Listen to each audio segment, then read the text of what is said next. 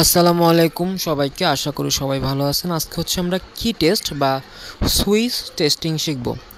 Switch test করার জন্য আমরা যদি ডিজিটাল মাল্টিমিটার দিয়ে করি, প্রথমে আমাদের কি করতে হবে, আমাদের সিলেক্টিং নবটাকে মানে হচ্ছে এই যে এটা, ঠিক আছে, এটাকে কি করতে হবে, বার্জার মোডটাকে দেখতে কেমন দেখবেন, ওটা হচ্ছে মানুষের ভয়েসের যে ওয়েবটা হয় সেটার চিহ্ন দেওয়া থাকবে, যে এখানে দেওয়া আছে, এখানে ভালো করে খেয়াল করেন, এই যে এখানে দেওয়া আছে, হ্যাঁ, ওইখানে দিব। ওইটা হচ্ছে কন্টিনিউটি বলে, ওইটাকে কি বলে, কন্টিনিউটি বলে। আচ্ছা, আমরা কন্টিনিউটি চেক করতেছি আসলে যে জিনিসটা ঠিক আছে কিনা।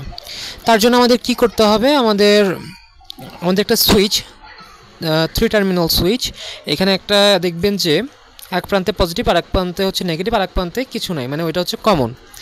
তো আমরা যখন পজিটিভ প্রান্তে পজিটিভ প্রোব ও নেগেটিভ প্রান্তে নেগেটিভ প্রোব দিব, তখন আমরা কি একটা সাউন্ড পাবো।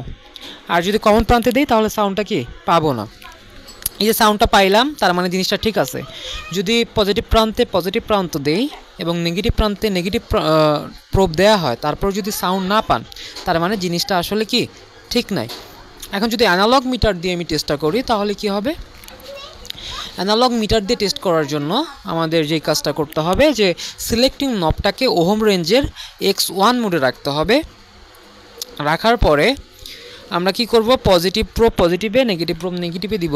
দেওয়ার পরে আমরা যদি রিডিং দেখতে পাই হচ্ছে একদম শূন্যতে, ডান সাইডের একদম ইন্ডে, তাই না, এখানে বলছে যে টুয়ার্ড দ্য রাইট ইন্ড।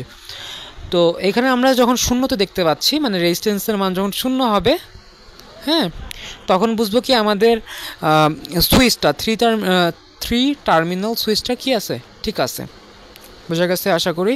যারা নতুন আছে চ্যানেলটা সাবস্ক্রাইব করে দিবেন, লাইক কমেন্ট শেয়ার করে পাশে থাকবেন।